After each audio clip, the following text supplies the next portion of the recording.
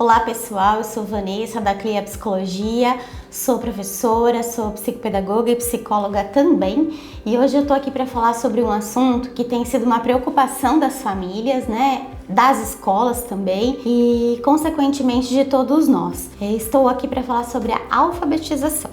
A alfabetização é um processo extremamente delicado, exige algumas questões específicas, né, como o ambiente preparado, a criança estar apta, a escola fazer um acompanhamento lado a lado, a família estar envolvida, incentivar a criança também. E com o contexto que a gente viveu nesses últimos 2 anos, né, num cenário de pandemia, a gente teve todos esses pré-requisitos aí prejudicados em relação ao avanço das crianças, às conquistas das crianças, né? E hoje elas retornam para a escola enfrentando algumas dificuldades nesse processo. Então eu convido vocês a vir conhecer o nosso programa de alfabetização. Aqui nós temos aquilo que vai ajudar tanto na orientação dos pais, quanto no desenvolvimento das crianças, para aquilo que eles precisam adquirir e dar uma deslanchada na escola, né? Que é o que a gente espera. Muitas famílias me perguntam, né? Qual é a idade correta para o meu filho estar alfabético ou ser alfabetizado? A gente não tem uma idade correta. O que a gente tem é uma ordem cronológica do desenvolvimento infantil.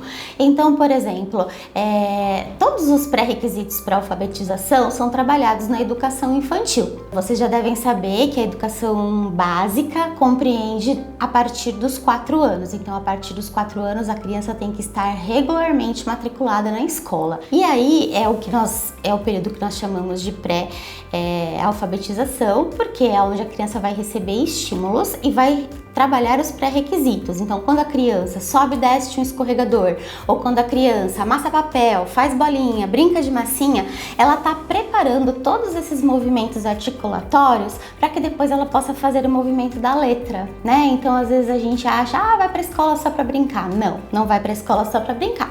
Ela vai para adquirir pré-requisitos. Todas as atividades motoras desenvolvidas num parque infantil, por exemplo, como subir e descer, escorregar, virar, dar cambalhota, tudo isso faz parte de um desenvolvimento motor global que vai auxiliar no processo de alfabetização depois, né? A criança que tem tudo isso desenvolvido, ela adquire muito mais fácil o processo de aquisição de leitura e escrita. E isso é muito importante. Então, a gente ter um cuidado de pensar que a educação infantil é um momento de vivência, né? Um momento de atividades lúdicas, de propostas prazerosas, para que essa criança possa desenvolvendo os pré-requisitos. Com a entrada dela para o ensino fundamental, que antigamente, lá na nossa época, a gente fez o pré, né? Hoje não existe o pré, hoje existe diretamente o primeiro ano, mas a idade é a mesma e os objetivos deveriam ser os mesmos também. Por que deveriam? Porque algumas escolas já fizeram algumas confusões em relação a isso e outras trabalham mais cedo, outras trabalham mais tarde, né? Mas a ida do pré para o fundamental, que agora passou a ser chamado de primeiro ano, nada mais foi do que compreender que para a educação básica é necessário um tempo de 9 anos e não de 8 como era antigamente. Então, digamos que a gente tem aí mudanças de terminologia apenas, né, em relação a essas questões.